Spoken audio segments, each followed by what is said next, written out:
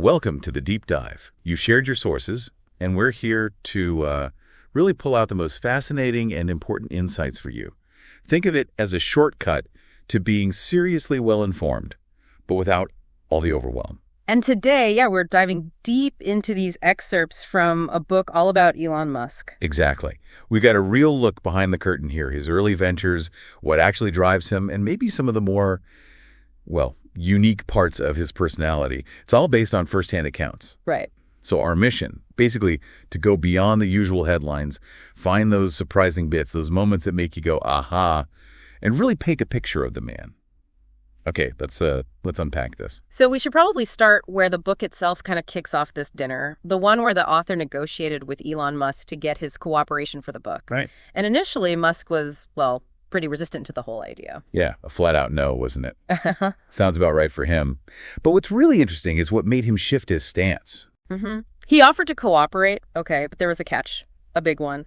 He wanted to read the book before it went to print. Okay. And add footnotes, specifically to correct anything he saw as a factual error. Footnotes. Wow. Okay, that sounds sort of reasonable on the surface, maybe. Well, yeah, you might think so, but the author turned him down, and for, pretty solid reasons. Okay. Well, first, the professional side, editorial independence. You can't really have your subject dictating corrections like that. Yeah. Then maybe some personal feelings about Musk's level of influence. And honestly, the practical side, imagine how many footnotes Musk might want. It could completely reshape the narrative his way. Oh, man. Yeah, the footnotes could be longer than the chapters. But the dinner itself, the description is almost surreal. Mm-hmm. Musk apparently just inhaled his steak. Gone in seconds, apparently. The author even offered him some more, and poof, 90 seconds vanished. But that's where it gets really interesting, the conversation. Right, okay. So they started off talking about, AI doom scenarios, that kind of thing. Standard Musk topic. Pretty much. Yeah. But then it turned to the book itself. And it sounds like Musk was really trying to, feel out the author's intentions, see if they were legit. Okay. And what followed was this. The author called it a 45-minute sermon, basically arguing against Musk's conditions. 45 minutes. Wow. What did he say? Well, he laid out the problems with endless footnotes, how it could make Musk look like a control freak, and just the basic principles of journalistic integrity. And after this whole big speech, Musk's response. Just 2 words. Okay. Seriously, just, okay, add something. What does that tell you? It really makes the book's point, doesn't it? About how much Musk values resolve, persistence. Exactly. The author didn't just back down after the first no. He kept pushing, laid out his case strongly, and Musk seemed to respect that determination. So the key thing for you listening is that initial no wasn't necessarily final. Right. It was maybe more of a test. He respects the hustle, the conviction. Seems that way, yeah. So after that, the dinner apparently got more relaxed. Yeah. And there was cotton candy. A giant yellow cotton candy, believe it or not. So much for the typical Silicon Valley austerity, right? Huh, yeah. So the agreement they landed on. Musk agreed to give access to his executives, friends, family, and they'd have monthly dinners, him and the author. Okay, that's huge access. But then came that really weird moment at the end. Oh, yeah. Right as they were finishing up, Musk just asks point blank, "Do you think I'm insane?" Just like that. Wow. What must the author have been thinking? He writes about how odd it felt, trying to process that question on the spot. But looking back, he figured it wasn't really about getting the author's opinion. More like Musk assessing himself, or maybe testing the author's reaction, gauging trust? Yeah, something like that. A way for Musk to sort of check his own judgment and trusting this person. It's odd. Very odd. Then the handshake, and off he goes in a red Tesla Model S. Almost too perfect. So the big takeaway from this whole encounter. Well, the main point, I think, is that it shows you Musk's complexity right from the start. He's controlling, definitely, but he can yield to persistence. He's incredibly focused, with the stake, and really, really concerned about his public image and getting his facts right. Okay, that sets the stage nicely. From that intense dinner, the book shifts gears to the really big ambition. Mars. The origins and vision of SpaceX. Yeah, it describes the headquarters down in Hawthorne near LAX and these 2 huge posters of Mars they have there. Right, the before and after shots. One barren, the other terraformed. That says it all, doesn't it? That's the end goal right there. Absolutely. And Musk is quoted saying something like, he wants to die knowing humanity has a bright future, that we've become a multiplanetary species. It's not just a business for him. It's fundamental. Exactly. It's tied into this core belief about where humanity needs to go beyond Earth. And the description of the SpaceX factory floor? It sounds incredible, like an actual honest-to-God rocket factory smack in the middle of LA. Yeah, it's painted as this massive open space. They're building rockets from scratch, welding, technicians making electronics, capsules, even mentions tattooed workers blasting music while working on engines. Just this beehive of activity. Organized chaos, maybe, but on a massive scale. And what's really key here is the contrast. This buzzing energy in LA, well, just up the road in Silicon Valley, things were different then. Right, this was post-dot-com bust. Yeah, the book calls it a deep depression. The crazy parties were over, just this general feeling of letdown, a lump of shame is the phrase used. So everyone else is pulling back, licking their wounds, and Musk decides now it's time to build a rocket company. And Tesla. And Solar City. Exactly. He dives in, invests heavily in all three during this major downturn. People thought it was incredibly risky, extremely risky. It shows that counterintuitive thinking, right? Yeah. But what held SpaceX together through that risk? Well, the book argues it was that unique rallying cry, putting humans on Mars. That single grand goal became the unifying principle. And that influenced everything. The culture. Totally. It meant accepting goals that seemed completely unrealistic. It meant dealing with, frankly, a really intense work ethic, sometimes verbal abuse. But it was all framed as part of the Mars agenda. Must have been tough. How did employees react? Differently, as you'd expect.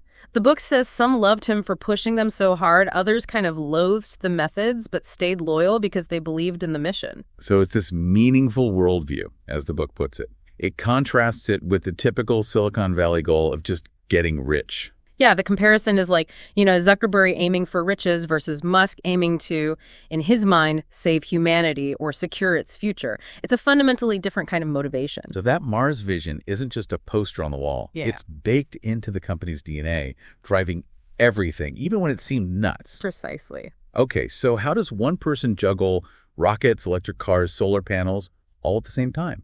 The book gives us a snapshot of Musk's schedule, and it's, well, insane.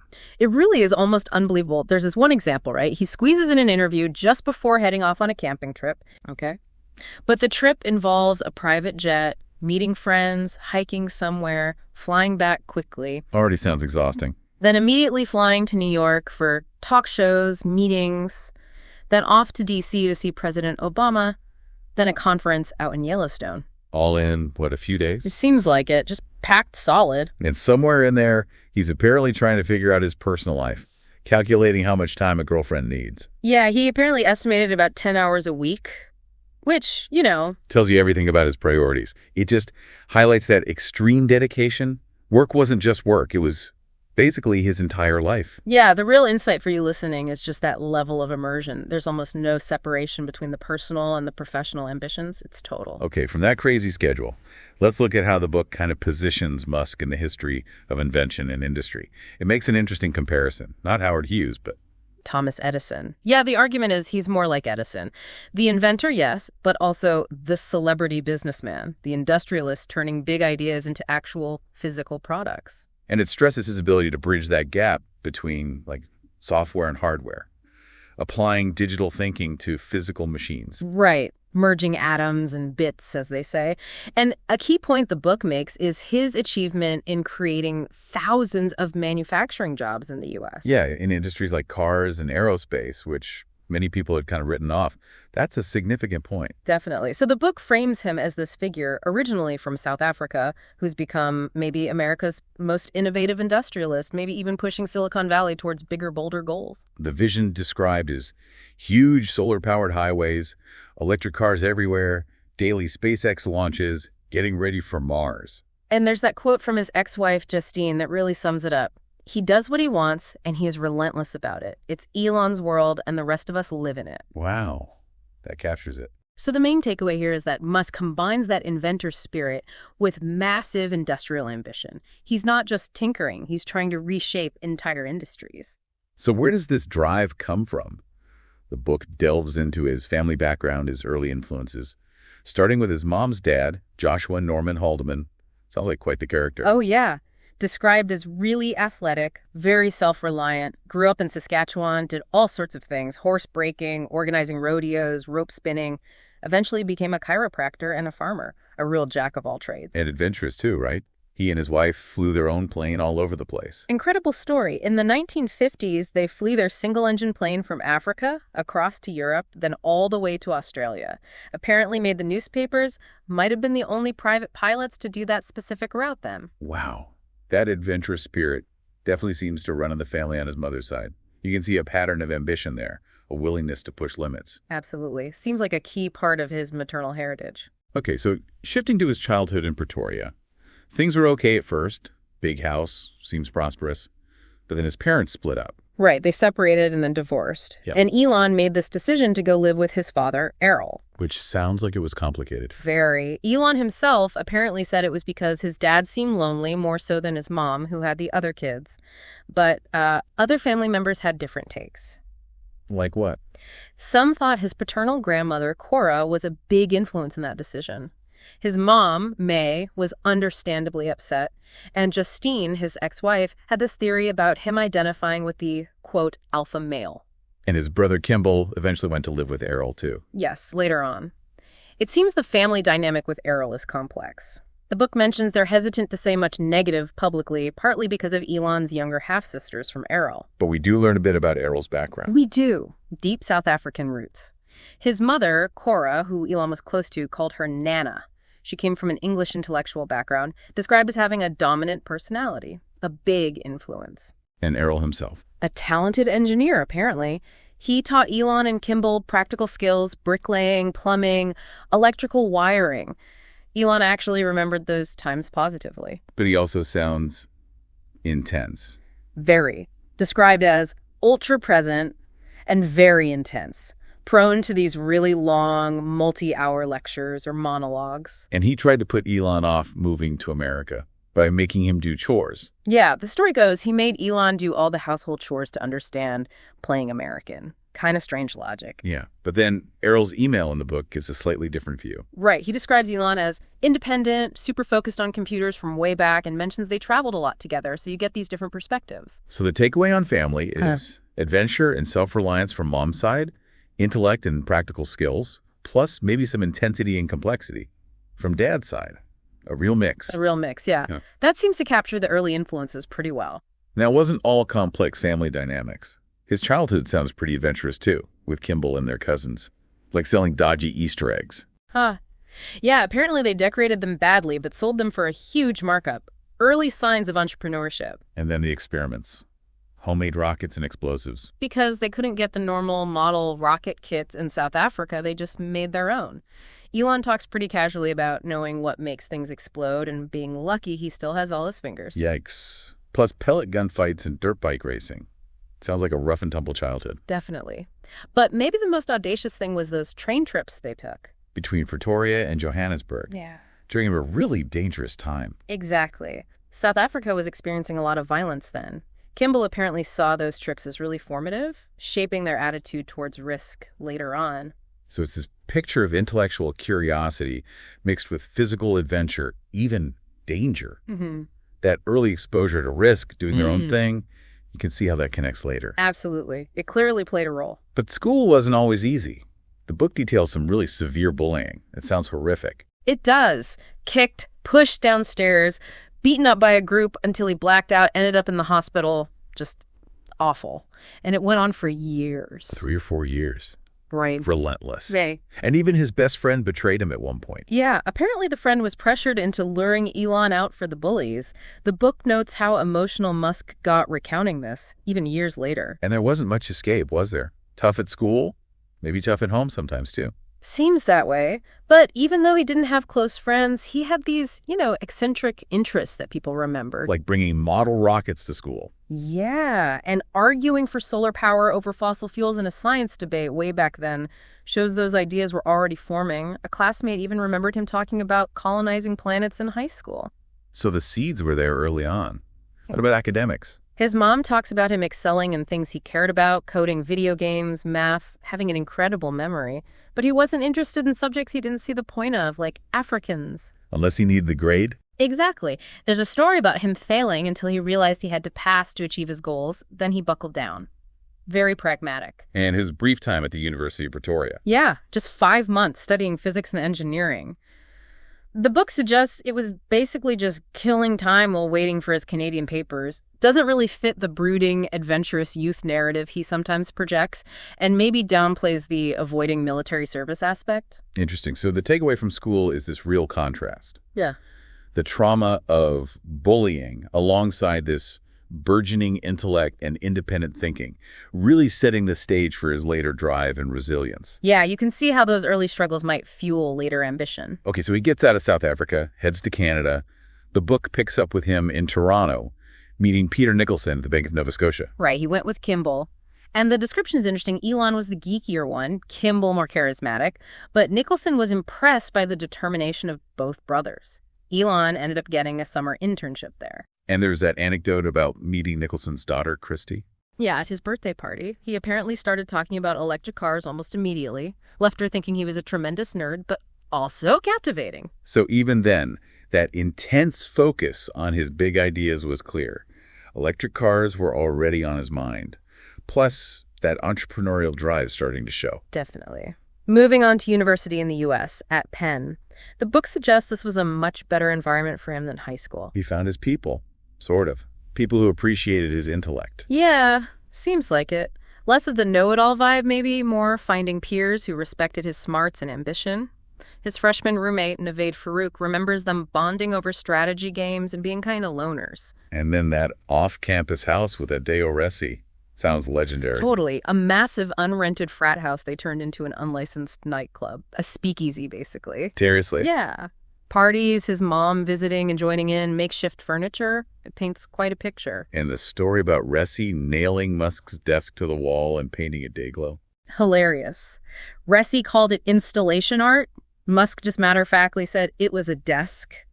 Shows the difference in their personalities right there. Even back then, professors noticed his potential, seeing the link between science and profit. Yeah, one professor commented on his clear writing like a logician and his ability to see the path from a scientific idea to a business opportunity, even in college. And he considered video games after an internship. Briefly, but decided it wouldn't have a big effect on the world. That desire for major impact was already there, steering his career choices. So college was key. It nurtured his intellect, gave him some early business experiences selling PCs, the nightclub, and really cemented that ambition for large-scale impact. This is like a crucial period, yeah. Then, in 1994, there's a road trip.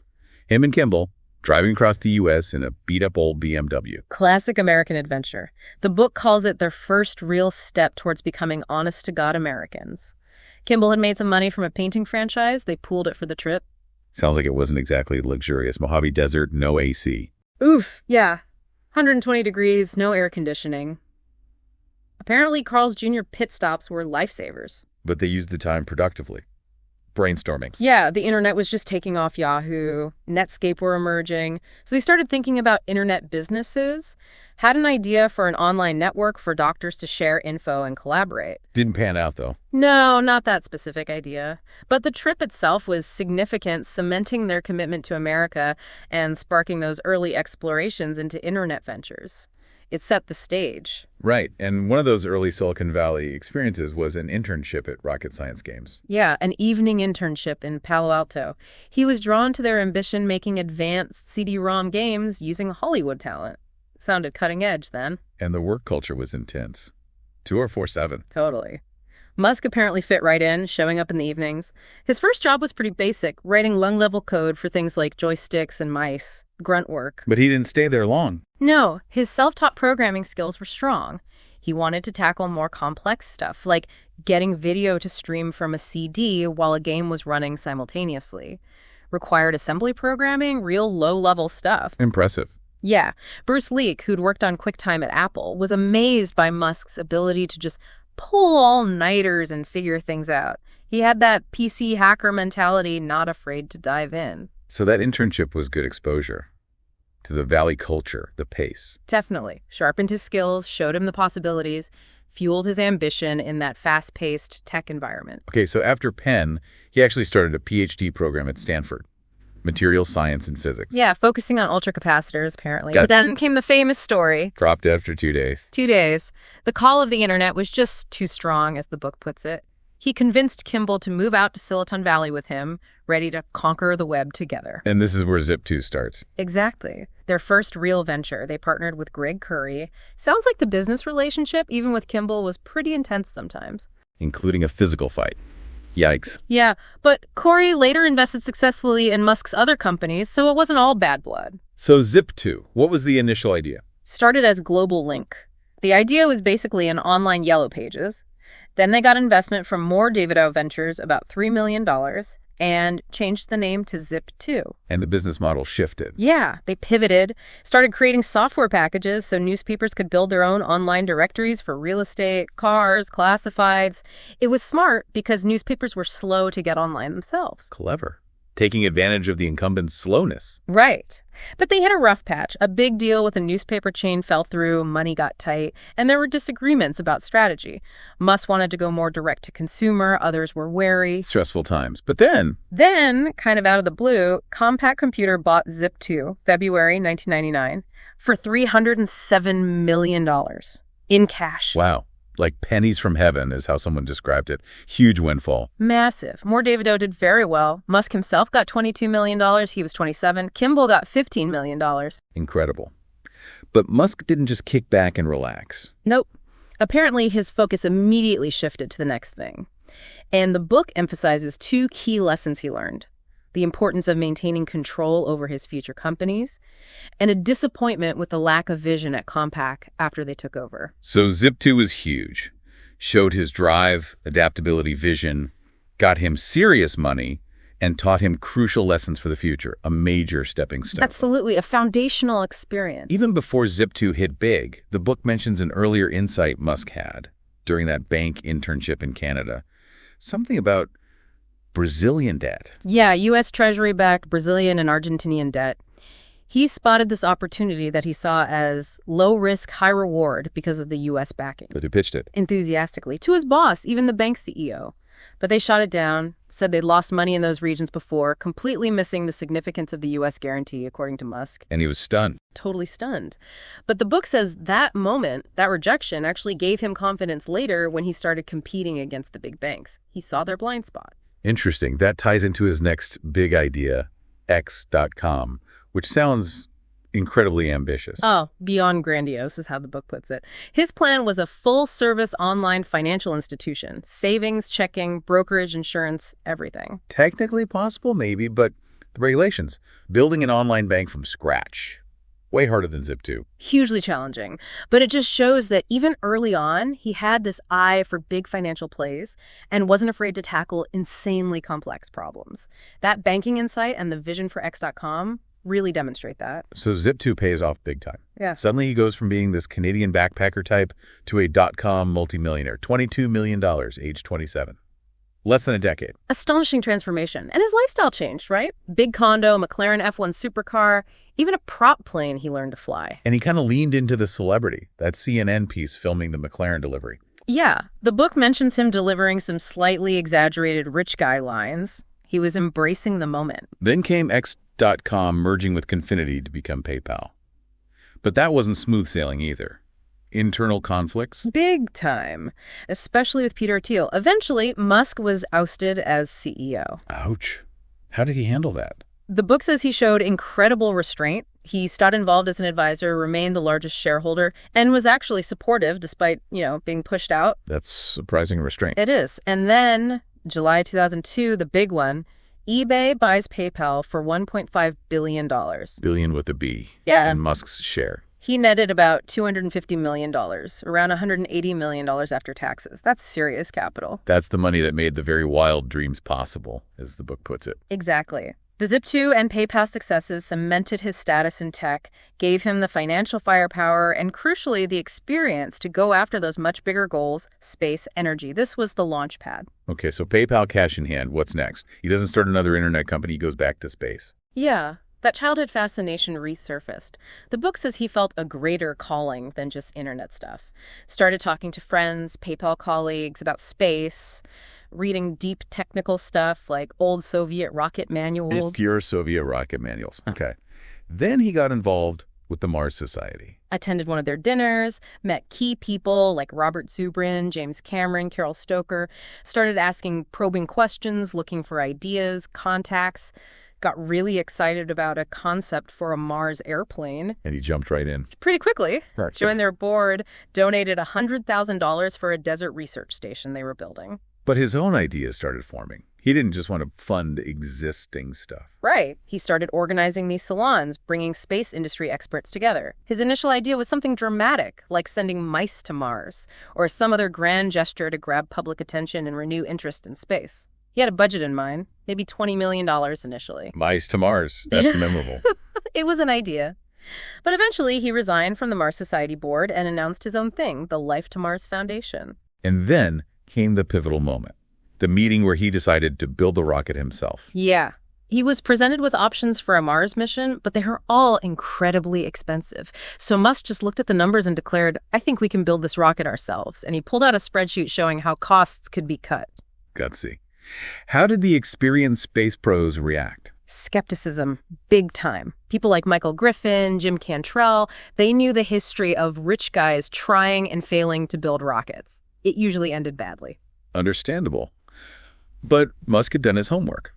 Apparently. Detailed calculations for building a smaller, more modest rocket, aimed at launching smaller satellites, research payloads, significantly undercutting the existing launch companies. And this is where Tom Mueller enters the picture, the rocket engine guy. Exactly. The book describes Mueller as this brilliant, slightly oddball engineer. Tinkered with machines since he was a kid, worked at big aerospace firms like Hughes and TRW on serious engines. But his real passion was amateur rocketry. With the Reaction Research Society. Yeah. And get this, he built the world's largest liquid fuel rocket engine ever made by an amateur. This guy was serious. Wow. So he and Musk connect. They start talking. Mueller realizes Musk isn't just dreaming, he's dead serious about building rockets. Mueller ends up helping Musk with that cost-cutting spreadsheet, refining the rocket design. And their strategy focused on the smaller end of the market. Right, launching smaller satellites. The theory was if they could drastically cut launch costs and offer frequent, reliable flights, they could basically create a whole new market. Makes sense. So when did it become official? When did SpaceX become real? April 2002. Musk pulled aside Mueller, Cantrell, Griffin, and another engineer, Chris Thompson, and said, basically, I'm doing this, are you in? And they were. What was the vision for SpaceX? Simple. Make rockets faster and cheaper. Use a mobile launch vehicle for frequent launches. Don't rely on government money. A clean slate approach, modernizing the whole industry. Because he felt the existing industry was stagnant. Yeah, he believed it hadn't really evolved in 50 years. Companies were building Ferraris for every launch when maybe a Honda Accord would do the job for many missions. So apply Silicon Valley methods. Lean, fast, new tech. Exactly. Capitalize on computing advances, new materials, avoid the bureaucracy and waste often seen in government contracting. And the first rocket's name? Falcon 1. A nod to the Millennium Falcon from Star Wars, obviously, and Musk's big vision. With ambitious goals for cost and payload. Way cheaper and carrying more than existing options in its class. And of course, Musk set an insanely ambitious timeline. First launch planned for November 2003, less than 2 years away. Wow, that's peak Musk. So the shift to space wasn't just a whim. It was passion, combined with this belief he could disrupt a major industry using a totally different approach. Audacious doesn't even cover it. Not even close. That's the birth of SpaceX right there. Okay, launching a rocket company from scratch. Yeah. Obviously not easy. The book gets into the early challenges, the setbacks. We meet Mary Beth Brown. Yeah, his executive assistant at both SpaceX and Tesla, described as absolutely crucial managing his intense schedule, his moods, basically keeping things running. And the engineers. Yeah. Who are they hiring? Typically young guys, super smart overachievers, often recruited straight out of top aerospace programs by Musk himself. There's a story of one guy, Michael Colano, just not believing it when Musk called him directly. But they also attracted experienced people. Yeah, engineers from Boeing, Lockheed, Northrop Grumman, people who were maybe bored with the bureaucracy and wanted a more exciting challenge. SpaceX offered that. And Musk kept pushing, announcing a bigger rocket, the Falcon 5. even before Falcon 1 flew. Classic Musk, always looking ahead, setting stretch goals. The Falcon 5 was designed to carry heavier payloads, potentially even reach the ISS for resupply. Build with engine redundancy, too. But things weren't always smooth internally. Tensions. Definitely. Some engineers apparently got frustrated with Musk taking public credit for designing everything himself. Having a documentary crew filming constantly probably didn't help either. And he wasn't always receptive to feedback. The book suggests that could be a problem. Instances where engineers raised design concerns or practical issues and were ignored or even fired. The phrase used is, the kiss of death was proving Elon wrong about something. Ouch. That sounds difficult. Finding a launch site was also a hurdle. Huge hurdle. They eventually ended up on Kwajalein Atoll in the Marshall Islands, Kwaj. It's a U.S. Army missile test range. Apparently, getting permission involved just emailing a colonel who happened to be helpful. Just emailed a colonel. Wow. And setting up there on Omelek Island must have been a logistical nightmare. Imagine shipping everything out there, building launch infrastructure on a remote Pacific island. So finally, March 24th, 2006. First Falcon 1 launch attempt. How did it go? Liftoff looked good initially. Ascended fine for a bit, but then fire. Above the main Merlin engine. The rocket started spinning, lost control, and crashed back near the launch site. Disaster. Any survivors? Miraculously, the satellite payload landed pretty much intact inside some wreckage. Yeah. And the debris damaged their machine shop. But yeah, total launch failure. What was Musk's reaction? Publicly, very resolute. He pointed out that even successful launch companies often failed early on, quoted saying, SpaceX is in this for the long haul, and come hell or high water, we're going to make this work. Privately, he wanted another launch attempt within 6 months. 6 months after a total failure like that? Wow. The engineers must have been stressed. Understatement. They vowed to be more disciplined next time. The book also mentions General Pete Worden observing SpaceX's approach, like a bunch of kids in Silicon Valley building rockets. He tried to warn Musk before the first launch. Did Musk listen then? Not really, but interestingly, after the failure, Musk actually invited Worden to come help investigate what went wrong. Shows a willingness to learn, maybe after the fact. So attempt number 2. March 25, 2007. How did that one go? Better.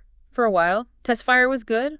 Launch looked great for several minutes. Reached stage separation, second stage ignited. Everyone was cheering. Success. Or then a slight wobble, which turned into violent flailing.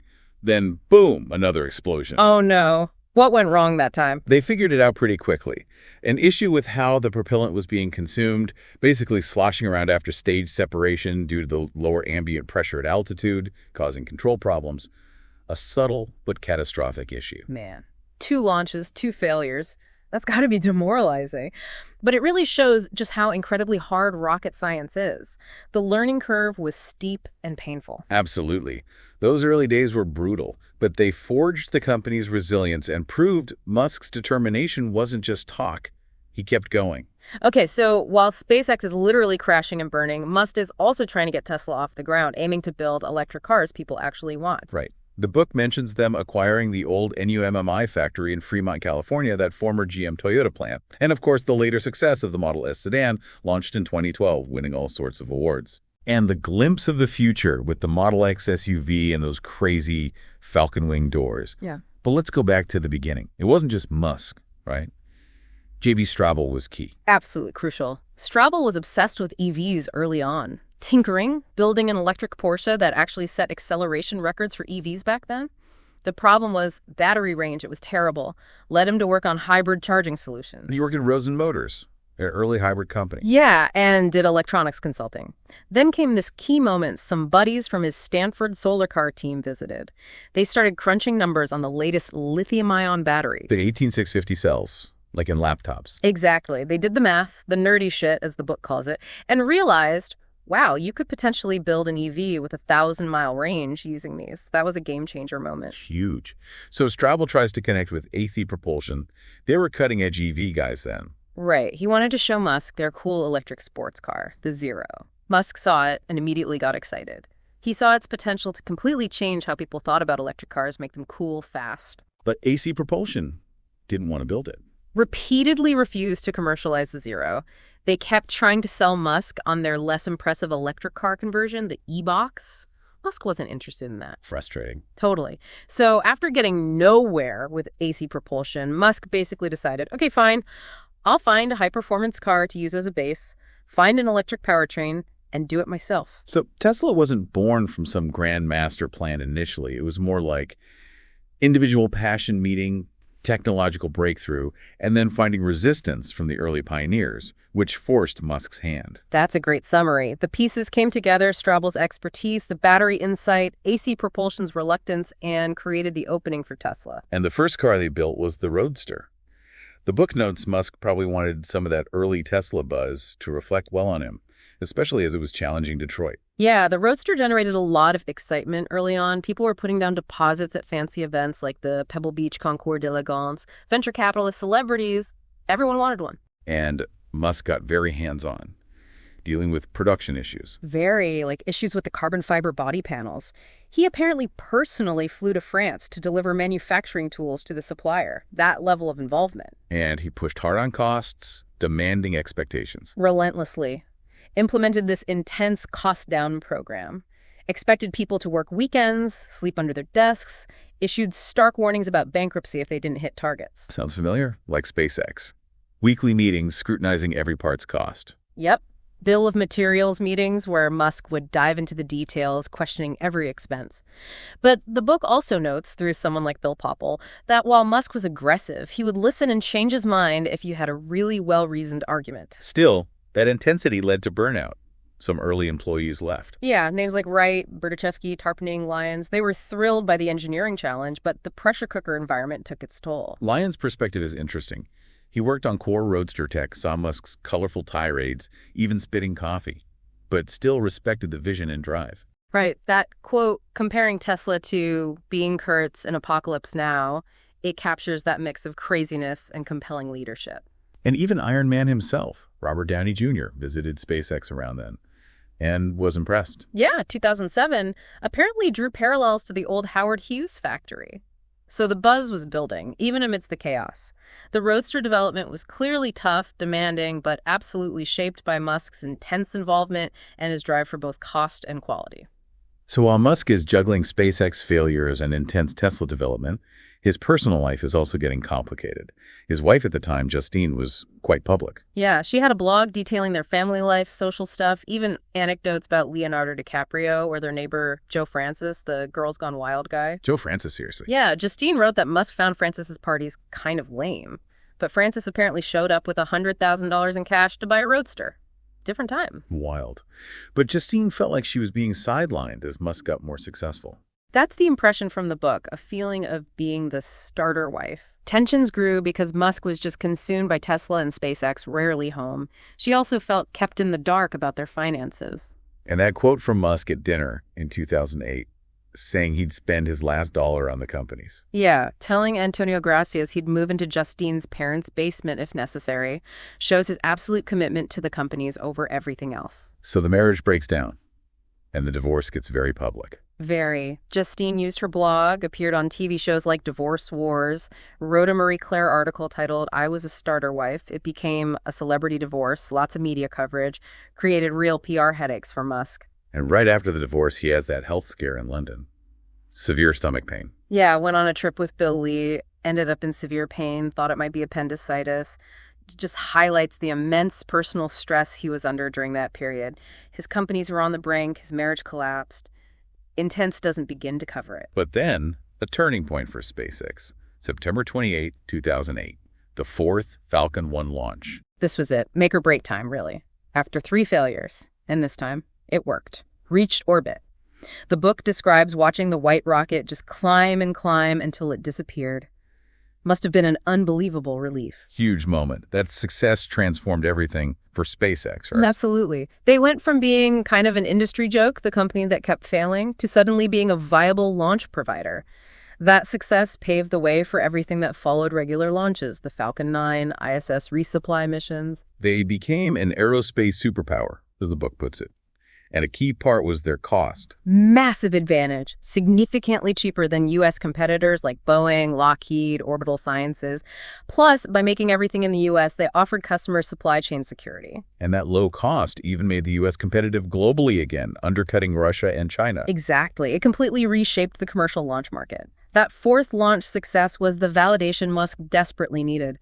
It proved his vision wasn't just a dream. So SpaceX becomes this direct reflection of Musk himself, successes and failures tied to him. Very much so. His maniacal attention to detail, his deep involvement in every little thing. It's his company through and through. And that cult of Musk phenomenon, employees fear him, adore him, sacrifice for him. Yeah, the book describes that dynamic really well. He also managed to turn the traditional, maybe staid image of aerospace on its head, made SpaceX seem hip, forward-thinking, with Silicon Valley perks. Attracting top talent that way. And people seeing him as a general, not just a CEO, building an engineering army. That's the language used. And the office environment reflects that. Part Silicon Valley open plan, part massive active factory floor. You see the work happening. His technical understanding is also highlighted, like he really gets the physics. Deeply. Examples of him grasping complex orbital mechanics, solving problems in real time. One employee quoted basically saying, "Don't even try to compete with him on the physics, you'll lose." And his communication style, direct, like the acronyms seriously suck, email. Yeah, the famous ASS rule. Just a blunt email telling people to stop using confusing acronyms because it hinders communication. Very Musk. Focused on efficiency, even if it's abrasive.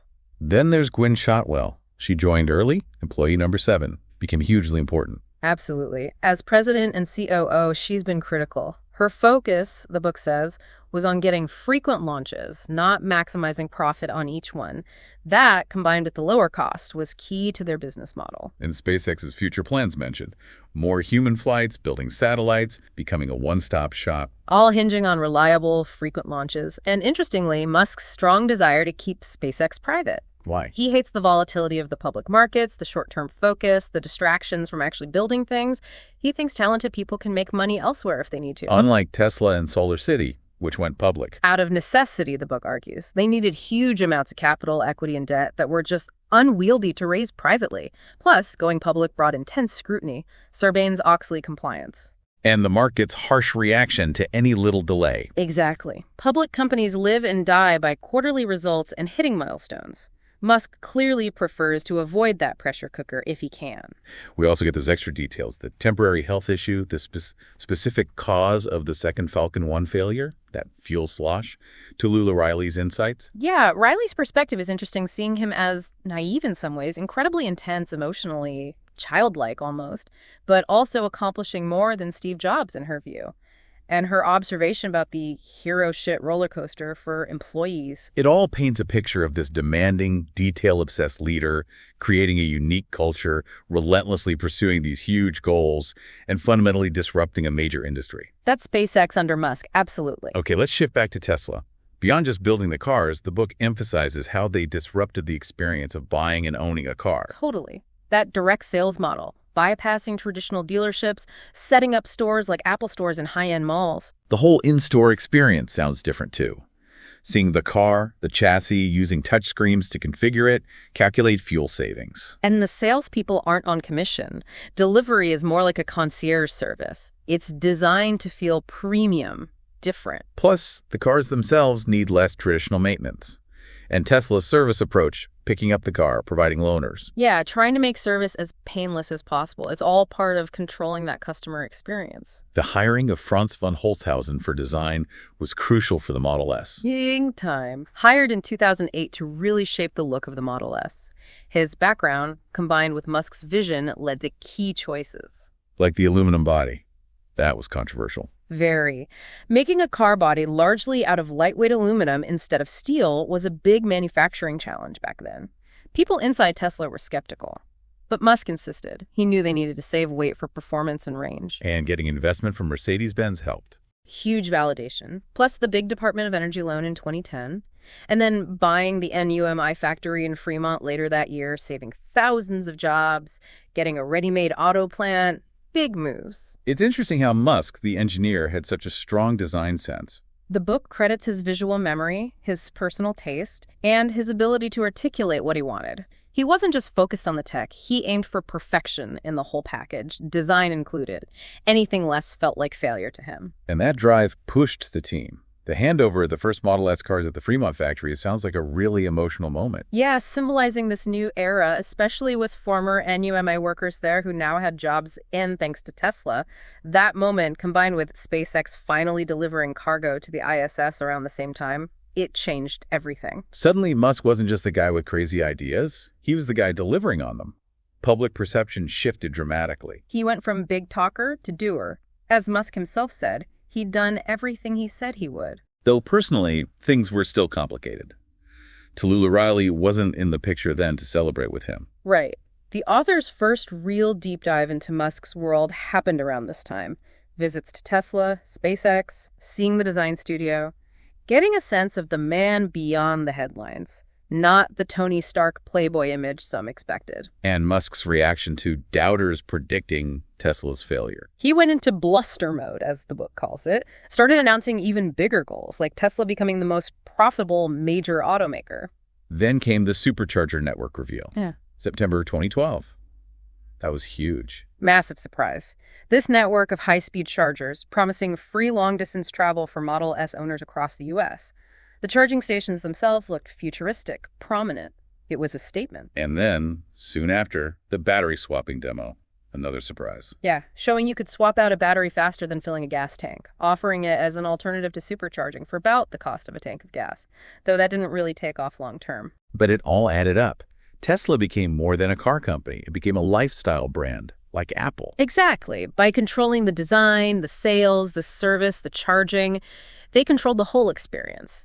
And their business model was different profit from the initial sale, maybe optional software upgrades, not relying on service like traditional dealers. It was a fundamental rethinking of the whole automotive industry, driven by Musk's vision and relentless execution. A true disruption. Okay, last piece of the puzzle from these excerpts. Solar City, founded by Musk's cousins, Lyndon and Peter Rive. Yeah, after Lyndon and his brothers went to Burning Man with Musk back in 2004, they wanted a business with a positive impact, and Musk suggested looking into solar energy. So they did their homework. 2 years of deep study into the solar industry. They went to conferences and realized something crucial. What was that? That most solar installers were just kind of passively waiting for panel prices to drop. They weren't taking ownership of making solar affordable themselves. So Solar City decided to do things differently, which led to buying Solevo. Right. In 2014, they bought Solevo, a solar cell maker, for $200 million. This was a big strategic shift, moving from just installing panels bought from others to actually manufacturing their own advanced high-efficiency panels in a big factory in New York State. Why the shift to manufacturing? Control. Ensure a consistent supply of high-quality panels as their customer base grew rapidly and push for higher efficiency. They had tons of customers demanding panels. So Solar City was becoming more than just an installer. Much more. By adding leases, energy storage units, and now manufacturing, they were basically morphing into an energy utility, controlling this huge network of solar systems, all managed by their software. The book mentions projections of them becoming one of the biggest electricity suppliers in the U.S. Wow. So again, it's that Musk-related pattern. Yeah. Identify a problem, aim for vertical integration, control the whole value chain, think really big. Exactly. The ambition was to become a dominant force in the energy sector, not just a niche solar player. Okay, wrapping things up, the book touches on Musk's long-term vision, his legacy. There's that analogy about his grandmother and the Great Depression. Yeah, explaining why, even amidst success, he always has this underlying worry, this drive to raise lots of capital as a buffer against things going wrong. He remembers that generational insecurity. And looking ahead, the potential for Tesla's Model 3 to be huge, forcing rivals to catch up. And the sheer scale of the Mars colonization plan. Millions of tons of equipment, millions of people, requiring launches multiple times a day, a refueling system in Earth orbit. He was talking about having the booster and spaceship capable of that by 2025, just mind-boggling scale. Peter Thiel's perspective on Musk's evolution is interesting, too.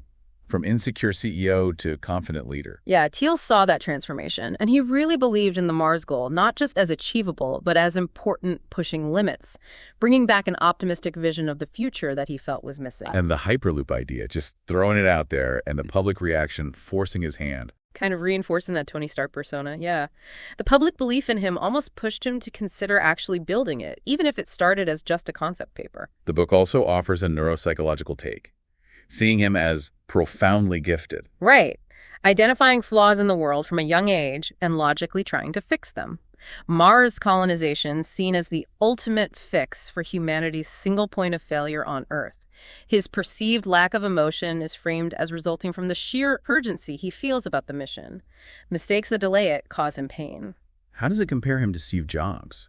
Musk is seen as much more deeply involved in the engineering and operations, but maybe less polished in marketing and media strategy. His tendency for impromptu announcements at weird times, just because his schedule is relentless. And the verdict from pundits, still divided. Yeah. Some remain skeptical, like Tyler Cowen, seeing him more as an attention seeker, maybe not fundamentally changing things. Others, like Tony Fadell from Nest and Apple, see him as truly revolutionary, driving wholesale change by merging tech and traditional manufacturing. Fadell talks about a step function in innovation. Exactly. Seeing Musk's work as leading a major shift. So the author's final thoughts.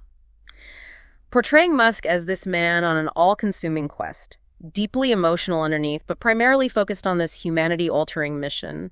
A unique kind of empathy, maybe, focused on the species as a whole rather than individuals sometimes. And we get those final reflections from Musk on PayPal, Square, and why he prefers private companies. Right, reinforcing his aversion to public market volatility and the distractions it brings, unless absolutely necessary, like with Tesla and SolarCity. It really paints a picture of this incredibly complex, driven figure reshaping industries through sheer force of will, technical insight, business strategy, and just relentless dedication. That's the essence of it. So as we wrap up this deep dive into Elon Musk, drawing from these really rich excerpts, we hope you, listening, feel like you've got a much deeper sense of his personality, what makes him tick, and how those early ventures really took shape. Yeah, we definitely hit some of those aha moments, didn't we? From the cotton candy at that first dinner to the homemade explosives. The sheer intensity of his schedule, the almost cult-like following he inspires. Hopefully this gives you way more context than you get from just the daily headlines. Absolutely, and that brings us to our final thought, something for you to chew on. Given Musk's incredible track record of pursuing goals that seem impossible, what do you think is the single biggest hurdle remaining for him to actually achieve that ultimate vision of a multiplanetary future? That's a big one to ponder. And definitely keep exploring these topics if they've sparked your interest. There's always more to learn. Thanks so much for joining us on this deep dive.